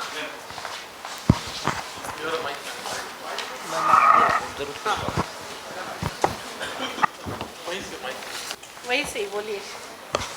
नमस्कार। It was such an interesting session और काफ़ी सारी पर्सपेक्टिव्स सुनने के लिए हमें मिले थे। So I am from IIT Jodhpur, और मैम ने बोला था कि काफ़ी IITs में भी ये ITEP प्रोग्राम शुरू किया है। तो मैं एक चीज़ आपसे पूछनी चाहती है कि क्योंकि हमारे IIT में हमने एग्ज़िट पॉलिसी बना हुआ था, और so along with BSc B.Ed वो 3rd ईयर में BSc के साथ हमें एक डिप्लोमा इन साइंस एजुकेशन दे रही है। और जब हम ये एग्ज़िट पॉलिसी बना रहे थे, हमारे मन में भी ये डाउट थे कि एग्ज़िट पॉलिसी अगर हम वर्बलाइज करेंगे, will all our students go? But one of the things we have been seeing is students who first come to IIT without just want to get the IIT brand name, because of the kinds of papers they are being introduced to, there is a change that we are seeing in some of the students. अभी हमारा programme का 2nd year ही हुआ है, so we cannot conclusively say from data how many students will leave, but we think that at least even if in a batch of 50 students, if at least 20 students have stayed in this program and continue to be teachers, तो फिर एक systemic message जाते हैं। तो this is my suggestion. This is very good sign, or if you are taking it so seriously, it was just fun inhibition whenever we meet some professors just talk about this कि क्या होगा इसके बाद, but credit goes to you, और जो passion से आप लोग पढ़ा रहे हैं, जो आपने policy रखी है, आई am not in this way, और मेरा ही कहने का ये मतलब नहीं था कि वो चले जाएंगे. They were different ifs and buts, right. अगर वो जाएंगे तो we have to be prepared for that.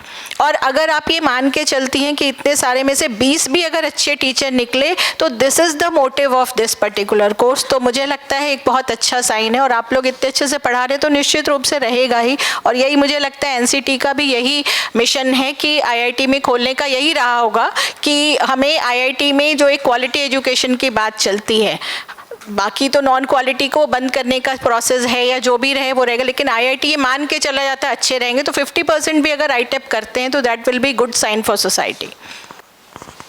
Any more question? हाँ प्लीज. यस फिर तो नमस्कार मैम, मेरा प्रश्न प्रोफेसर सरोज शर्मा मैम से है. मैम, आपने कहा कि आपने आईटेप में 3 मेजर दिए हैं, तो वो उसका क्या मतलब एक स्केलेटन जैसा आप बता दें ब्रॉडली. तो क्योंकि हमने भी अपनी यूनिवर्सिटी में स्टार्ट किया है तो हमें भी ये थोड़ा सा प्रॉब्लम आ रही है कि 160 क्रेडिट्स को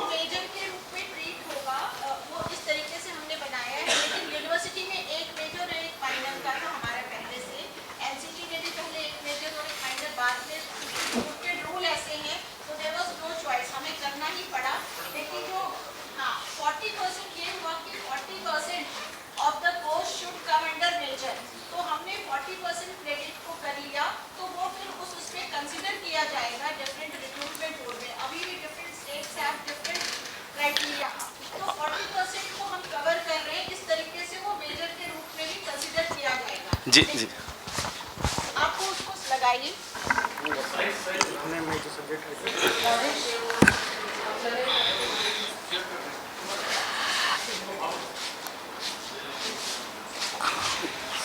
आप उसमें देखिए जिसमें मैंने वो सारे सेमेस्टर्स का डाला था, 5-6 स्लाइड्स हैं. एक तो है वैल्यू एडेड कोर्सेज क्या है, आर्ट इंटीग्रेटेड कोर्सेज में कितने क्रेडिट हैं, और एक डिसिप्लिनरी है, और दूसरा है एजुकेशन कंपोनेंट वाले हैं. तो ये पूरा एनसीटी और यूजीसी के एम्बिट में आ रहा है. इसी में खत्म हो जाएगा. आप शुरू से आइए. हाँ, क्या नेक्स्ट में आइए. ये सेमेस्टर 1 में देखिए टोटल क्रेडिट्स 22 हैं. नेक्स्ट में आप आएंगे, नेक्स्ट करते जाइए. सेमेस्टर 2 में 22 हैं. जो 20 कहती है यूजीसी, उसमें ये 2-2 क्रेडिट जुड़े हैं हमारे. सेमेस्टर 3 का ये है. सेमेस्टर 4 22. सेमेस्टर आगे आप पढ़िए, इसमें भी 22 हैं. आगे सेमेस्टर 5 टोटल क्रेडिट्स 22. इसके बाद आप आएंगे सेमेस्टर 6 और टोटल क्रेडिट्स लास्ट वाले में 24 है. आप इसके बाद कंबाइंड दिखाइए. नेक्स्ट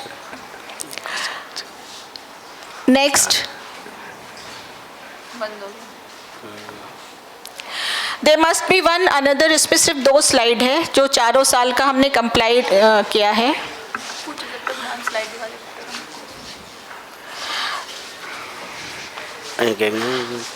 उसमें सिंपली मुझे लगता है कि आप पंकज जी ज़्यादा अच्छे से बता पाएंगे. पंकज जी है ना, आप जो हमने 40% किया है मेजर बनाने के लिए, मिनिमम 40% हो तो वो यूजीसी के पैरामीटर में आ जाता है.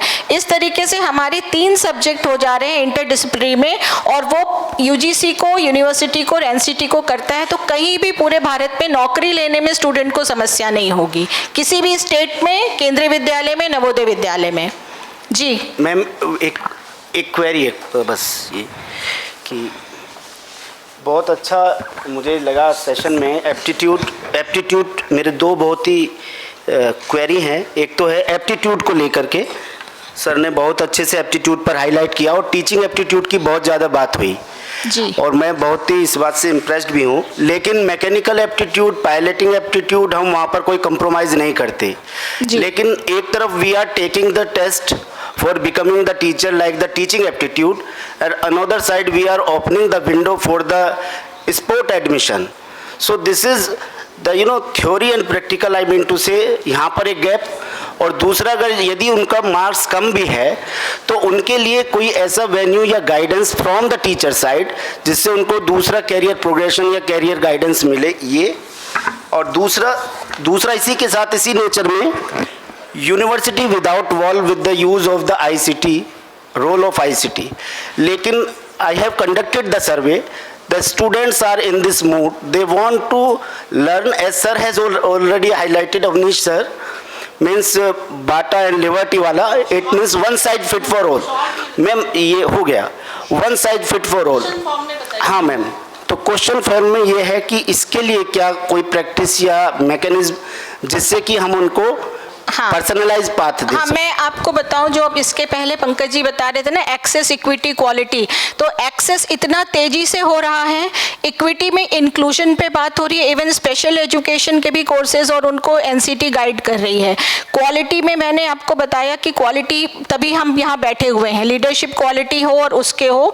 स्किल डेवलपमेंट की जहाँ तक बात है, वैल्यू एडेड कोर्सेज और उसके साथ साथ आर्ट इंटीग्रेटेड, जो मैं 64 कलाओं की बात कर रही थी ना, वो आईटेप का आप सिलेबस देखेंगे, इतना अच्छा सिलेबस है, उसमें इतने सारे सजेशंस दिए हुए हैं, आप इसमें से अपना बुके चुन सकते हैं क्षेत्रीय ज़रूरतों के हिसाब से। नॉर्थ ईस्ट में स्टूडेंट अपने हिसाब से ट्रेनिंग उस तरीके के टीचर्स इंस्टीट्यूशंस ले सकते हैं जो स्टूडेंट को हम ट्रेनिंग करें। मध्य प्रदेश में जंगल है तो वहाँ पे उस तरीके के value added courses, art integrated courses ले सकते हैं।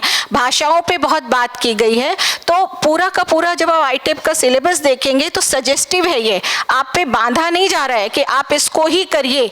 आईटी पे हमने मूक्स का आप सिलेबस में दे दूंगी, हमने यूजीसी के हिसाब से 2 क्रेडिट का मूक्स दिया है, मैसिव ऑनलाइन ओपन कोर्सेज का ऑप्शन दिया है, आईसीटी को बहुत ज़्यादा महत्व दिया गया है, एआई और गूगल, मूडल, ये सारे जो नए नए आईटी के, वो आईटेप का सिलेबस एक बार आप देखेंगे तो आपको बहुत खुशी होगी कि जो भी रिसेंट ट्रेंड है आईसीटी इंटरवेंशन का, वो सारे उसमें हैं।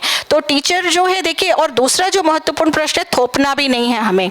हम करिकुलम को इतना बोझिल बना देते हैं तो हर चीज़ नहीं आ सकती है, आगे भी रिसर्च करेगा स्टूडेंट। तो ये कॉन्सेप्ट रहा है, तो अपने हिसाब से आप चुन सकते हैं कि वैल्यू एडेड और आर्ट इंटीग्रेटेड में क्या क्या दें। Thank you ma'am. मुझे लगता है अभी क्वेश्चन नहीं पूछना है क्योंकि टी ब्रेक होगा, तो तब आप सरोज जी से बात करिए। मैं समारोह के लिए एक छोटा सा इनके पॉइंट के ऊपर क्लैरिटी कंक्लूजन नहीं होता है। जो 2 पॉइंट आपने पूछा, एक जो 50% और 40% का था, वो तो सरोज जी ने क्लियर कर दिया। स्पॉट एडमिशन एक वर्ड यूज़ किया आपने। स्पॉट एडमिशन का कोई प्रोविज़न नहीं है आईटेप में। अगर कोई यूनिवर्सिटी एनसेट एग्जामिनेशन के बाहर से स्टूडेंट्स लेती है तो हर स्टूडेंट जब जॉब में जाता है तो वो एनसीटी से एक सर्टिफिकेट लेता है जिसको हम OTPRMS कहते हैं, एक सर्टिफिकेट का नाम है। उसमें वो वेरीफाई करवाता है एनसीटी से कि उसकी BA डिग्री वैलिड थी। ऐसा कोई स्टूडेंट जो बैकडोर एंट्री लेगा, हमारे पास NTA का पूरा डेटा है, हम NTA के बाहर वाले स्टूडेंट का सर्टिफिकेट डिग्री वैलिड नहीं डिक्लेयर करेंगे। ये इस हाउस में मैं क्लैरिटी देना चाहता हूँ। अगर कोई स्पॉट एडमिशन कर रहा है तो वो बच्चा भी अपना रिस्क लेगा और इंस्टीट्यूट भी अपना रिस्क लेगा। एनसीटी की तरफ से स्पॉट एडमिशन जैसा कोई कॉन्सेप्ट ही नहीं है। सर एप्टीट्यूड की लेबलिंग है कि कितना एप्टीट्यूड का मतलब ये होगा कि that will decide that the person is suitable. Teaching aptitude के कुछ वेटेज है लेकिन क्वालिफाइंग नहीं है। ओके, तो उसमें स्टूडेंट कुछ भी स्कोर लाता है। इस साल काफ़ी डिबेट हुआ था हमारी एक्सपर्ट कमेटी में कि उसको क्वालिफाइंग बनाया जाए, लेकिन जो सब्जेक्ट बच्चे ने 12th तक पढ़ाई नहीं, उसके बेस पे उसे डिबार करना is not a good idea. ये सोच के उसका कोई क्वालिफाइंग मार्क्स नहीं है।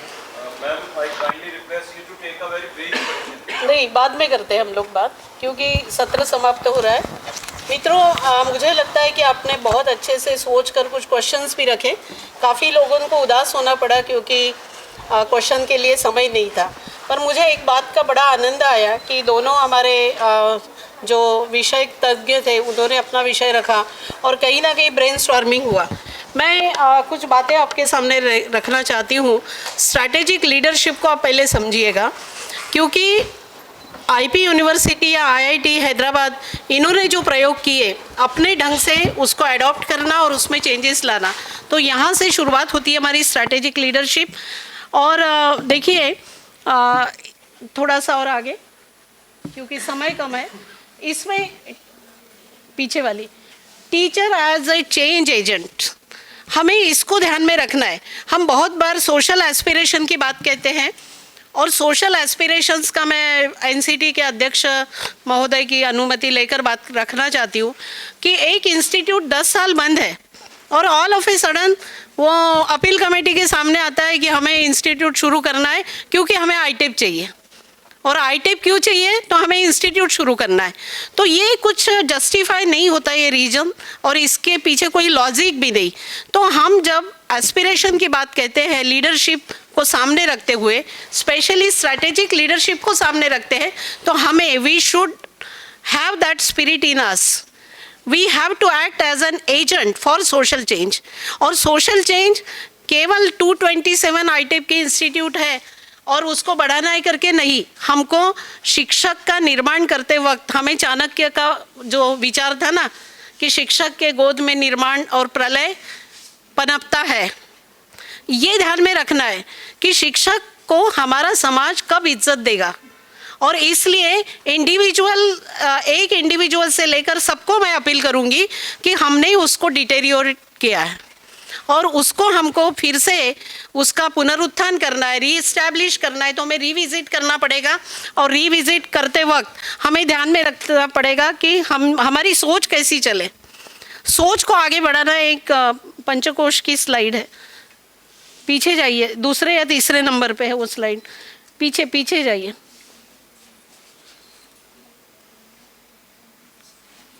और पीछे। हाँ, अभी देखिए इस स्लाइड में हमारा भारतीय जो पर्सपेक्टिव है शिक्षा का, वो क्या है। Indian vision of education has been broad and deep, including the idea that education must foster both inner and external development. हमारे ये सब प्रॉब्लम या इश्यूज क्यों हो रहे हैं, हम लोग समझने में कम पड़े।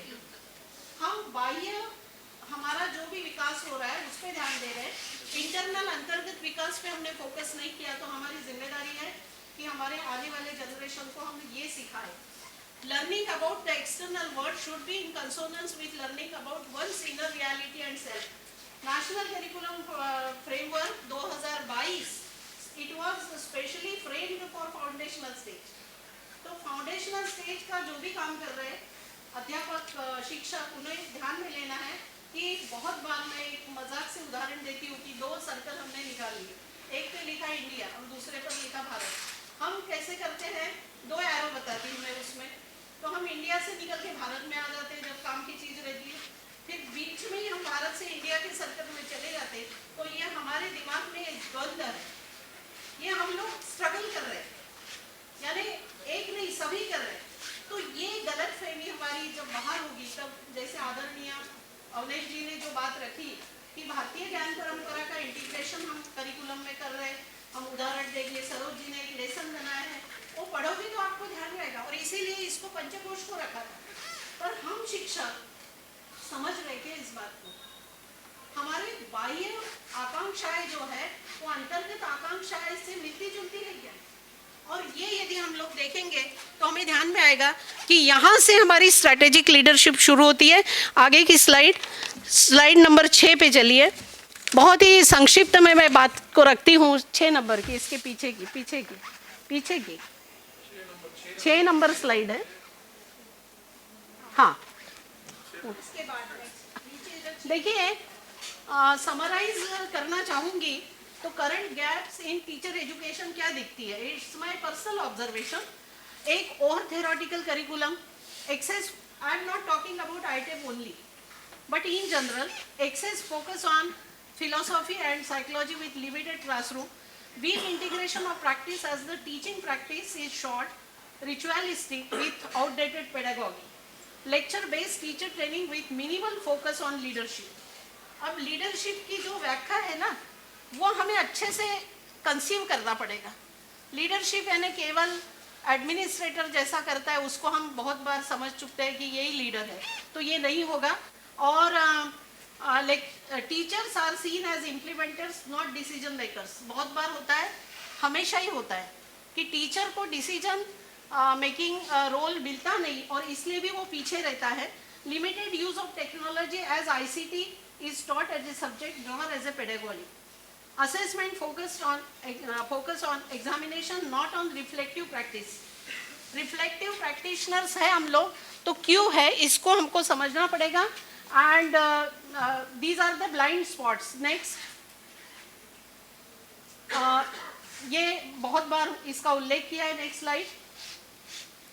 ये देखिए 3 instructional strategies to be cultivated in leadership. When we are talking about leadership, we have to understand cross domain and multiple perspective taking, enhancing ethical reasoning, analyzing real life leadership cases. जैसे example IP university की case इन्होंने रखी, तो ऐसे ही हम लोग analysis करके हमको ही उसको अल्टरनेटिव ढूंढना पड़ेगा कि हम क्या दे सकते हैं. तो then and then we can say that yes, ये रणनीतिक नेतृत्व जो है वहाँ हमारे इंस्टीट्यूट में, इसके लिए कोई एक फार्मूला नहीं बना है. इसके लिए जिसका प्रॉब्लम है उसको वहाँ पे ओवरकम करने के लिए उसकी लीडरशिप क्या है और वो भी स्ट्रैटेजी होना ज़रूरी है. Next slide. ये तो मैंने बता दिया. Next. A true teacher leads by example, demonstrating moral superiority, dedication and wisdom.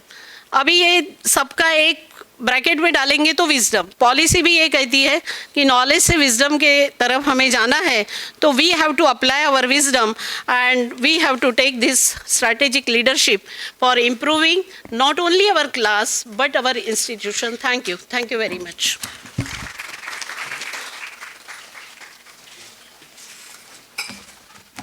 Thank you very much, ma'am.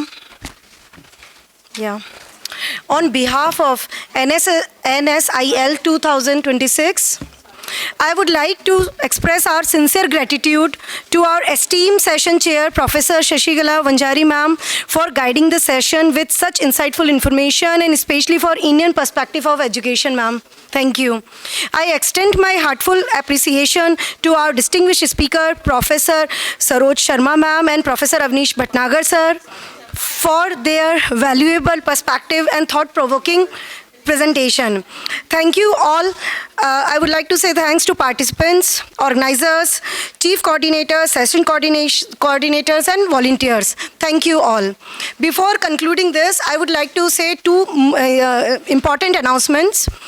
The last section for today here on this future ready faculty and leadership in teachers education will be at 6:45 at this place, and with the theme of the session theme will be academic, pedagogical and faculty leadership in higher education institute. And the second announcement is, now after a short tea break, half an hour tea break, there is a lecture at 5 o'clock in a conference hall, main conference hall, by Honorable Shri Krishna Kumar ji and Krishna Gopal ji, I'm sorry, Krishna Gopal ji, and we all have to go there on the ground floor and then come up here at 6:45. We will meet here by 6:45. Thank you very much. A tea break arrangement is in the lawn, please.